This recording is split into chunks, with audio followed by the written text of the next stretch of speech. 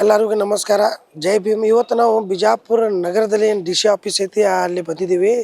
ವಿಷಯ ಏನಂದ್ರೆ ಬಿಜಾಪುರ ನಗರದಲ್ಲಿ ಸಿಟಿ ಮೀರಿ ಆಟೋ ರಿಕ್ಷಾ ಆಗೋದ್ರಿಂದ ಎಲ್ಲ ಟ್ರಾಫಿಕ್ ಹೆಚ್ಚಾಗ್ಲತ್ತದ ಅಂತೇಳಿ ಹಿಂಗೆ ಅನಿಸ್ಲಾಗತ್ತದ. ಆದ್ರೆ ಬಿಜಾಪುರ ಸಿಟಿ ಲಿಮಿಟ್ ಮೀರಿ ಆಟೋ ರಿಕ್ಷಾ ಪರ್ಮಿಷನ್ ಕೊಟ್ಟವ್ರು ಯಾರು?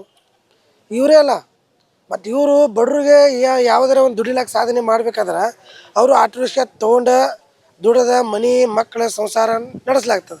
ಈಗ ಬಿಜಾಪುರ ಸಿಗ್ನಲ್ದಲ್ಲಿ ಎಲ್ಲ ಸಿಗ್ನಲ್ ನೋಡ್ತೀರಿ ನೋಡ್ರಿ, ಬರೀ ಆಟೋ ರಿಕ್ಷಾದವರೇ ಕಾಣತ್ತಾರೆ.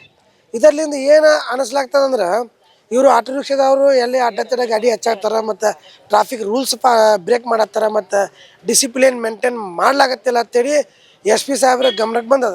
ಅವರು ಆದೇಶ ಮಾಡ್ಯಾರ, ಪ್ರತಿ ದಿವಸ ಒಂದು 200-300 ಗಾಡಿ ಹಿಡೀರಿ, ದಂಡ ಹಾಕ್ರಿ, ಅವರಿಗೆ ಕೋಟಿ ಕಳಿಸ್ರಿ, ನೋಟಿಸ್ ಹಾಕ್ರಿ ಅಂತ ಹೇಳ್ಯಾರ. ಇದರಲ್ಲಿಂದ ಪಾಪ ಅಮಾಯಕ್ಕೆ ಬಡ್ರಿಗೆ ತ್ರಾಸ ಆಗ್ಲತ್ತದ.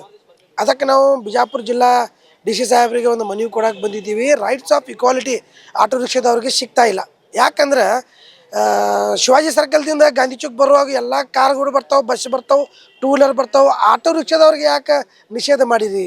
ಈಗಿಂದಲೇ ಇದು 15 ವರ್ಷ ಆಗಿದೆ. ಇನ್ನು 15 ವರ್ಷದಿಂದ ಟ್ರಾಫಿಕೇ ಅದ. 15 ವರ್ಷದಿಂದ ಏನು ಟ್ರಾಫಿಕೇ ಹೆಚ್ಚಾಗ್ಲತ್ತವು. ಅವಾಗ ಅಷ್ಟು ಆಟೋನೂ ಇದ್ದಿದ್ದಿಲ್ಲ. ಈಗ ನಿಮ್ಮ ಮಾಧ್ಯಮ ಮುಖಾಂತರ SP ಸಾಹೇಬ್ರಿಗೆ ಮನವಿ ಮಾಡ್ಕೊತೀವಿ, DC ಸಾಹೇಬ್ರಿಗೆ ಮನವಿ ಮಾಡಿದ್ದೀವಿ. ಈ ದಯವಿಟ್ಟು ರೈಟ್ಸ್ ಆಫ್ ಇಕ್ವಾಲಿಟಿ ಏನದಲ್ಲ ಆಟೋ ರಿಕ್ಷಾದವ್ರಿಗೆ ಕೊಡ್ರಿ. ಅವರು ಮನುಷ್ಯೋತ್ತರ ಅದಾರ, ಅವರು ದುಡದ ಮನೆ ಮಕ್ಕಳ ಸಂಸಾರ ನಡೆಸ್ಲಾಗ್ತಾರೆ. ಇದ್ರಾಗ ಯಾರೂ ಅನ್ಪಢ ಅಲ್ಲ, ಎಲ್ಲರೂ ವೆಲ್ ಎಜುಕೇಟೆಡ್ ಅದಾರ. ಎಲ್ಲ BA BCom LCC ಎಲ್ಲ PUC ಕಲ್ತು ಅವ್ರಿಗೆ ನೌಕರಿ ಸಿಗ್ಲಾರ ಬಟ್ಟೆಗೆ ಇವರು ಆಟೋ ರಿಕ್ಷಾ ನಡೆಸ್ಲಾಗ್ತಾರೆ. ಈಗ ಸರ್ಕಾರ ಆಗಲಿ ಇಲ್ಲ ಉಸ್ತುವಾರಿ ಮಂತ್ರಿಯವರಾಗಲಿ ಈಗ ಅವ್ರಿಗೆ ಹೆಸರಾಗ್ಯಾರ. ಈಗ ಜಾಬ್ ಮೇಳ ಅಂತ ಮಾಡತ್ತಾರೆ.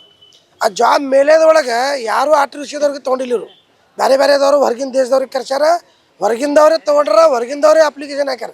ಯಾವೊಬ್ಬ ಆಟೋ ರಿಕ್ಷಾದವ್ರು ಅಪ್ಲಿಕೇಶನ್ ತೊಗೊಂಡಿಲ್ಲ. ಆದ್ರೆ ನಮ್ಮ ಈ ಮಾಧ್ಯಮ ಮುಖಾಂತರ ನಾವು ಮನವಿ ಮಾಡ್ಕೋತೀವಿ, ಸ್ವಲ್ಪ ಒನ್ ಕ್ಯಾನ್ಸಲ್ ಮಾಡಿಸಿದ್ರೆ ತಮ್ಮ ರೂಟ್ದವರು ಬರ್ತಾರೆ, ಸೀಟ್ ಇಳಿಸ್ತಾರೆ.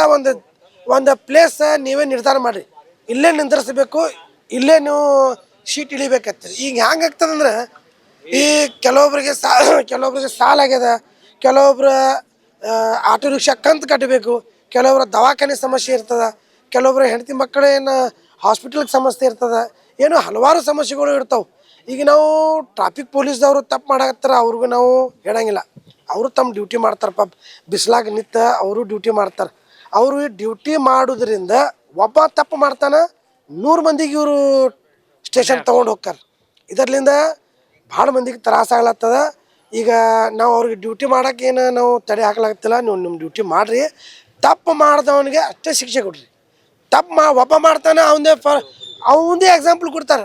ಅವ ಅಲ್ಲಿ ನಿಂತಿದ್ದ, ನೀನು ಬಾ, ಅವ ಅಲ್ಲಿ ನಿಂತಿದ್ದ, ಅವನು ಬಾ. ಈಗ ಒಬ್ಬ ಮಾಡೋದ್ರಿಂದ 100 ದಿವಸ 100 ಗಾಡಿ ಹಿಡಿಯಾಗ್ತಾವೆ. ಮತ್ತು ಏನು ಮಾಡ್ತಾರೆ ಇವರು? ಕೋಟಿ ಕಳಿಸ್ತಾರೆ. ಆ್ಯಕ್ಚುಲಿ ವೆಹಿಕಲ್ ಆ್ಯಕ್ಟ್ ಪ್ರಕಾರ ಪೊಲೀಸ್ ಸ್ಟೇಷನ್ದಾಗ ಯಾವೊಬ್ಬ ಪೊಲೀಸ ನೋಟಿಸ್ ಕೊಟ್ರೆ, ಕೋರ್ಟ್ ನೋಟಿಸ್ ಕೊಟ್ರೆ ಗಾಡಿ ಅಲ್ಲೇ ಬಿಡ್ಬೇಕು. ಇವರು ಆ ರೀತಿ ಮಾಡತ್ತಿಲ್ಲ. ಈ ಭೇದ ಭಾವ ಯಾಕೆ? ಬೇರೆಯವ್ರು ಈಗ ಯಾರು ರೂಲ್ಸ್ ಕೇಳಕ್ಕೆ ಹೋದ್ರೆ ನೀ ಶಾಣೆ ಹಾಕಿನ ಬೈಯೋದು ಅದು ಮಾಡ್ತಾರೆ. ಅದು ದಯವಿಟ್ಟು ನಿಮ್ಮ ಮಾಧ್ಯಮ ಮುಖಾಂತರ ನಾವು ಜಿಲ್ಲಾ DC ಸಾಹೇಬ್ರಿಗಾಗಲಿ ಜಿಲ್ಲಾ SP ಸಾಹೇಬ್ರಿಗೆ ಮನವಿ ಮಾಡ್ಕೋತೀವಿ, ದಯವಿಟ್ಟು ಈ ರೀತಿ ಭೇದ ಭಾವ ಮಾಡೋಕ್ಕೆ ಹೋಗ್ಬೇಡ್ರಿ. ಈಗ ಏನದು ಒನ್ ಕ್ಯಾನ್ಸಲ್ ಮಾಡಿದ್ರೆ ಟ್ರಾಫಿಕ್ ಬಿಜಾಪುರ ನಗರದಲ್ಲಿ ಆಗಂಗಿಲ್ಲ. ಎರಡನೇ ಮಾತು, ಅದು ಏನು ಆಟೋ ರಿಕ್ಷಾ ಬಿಜಾಪುರ ನಗರದಲ್ಲಿ ತಿಂಗಳ ಹೆಚ್ಚಾಗ್ಲತ್ತವು, ಅದು ಒಂದು ಸ್ವಲ್ಪ ತಡೆ ಹಾಕಿದ್ರೆ ಬೇಷಕ್ಕೆ.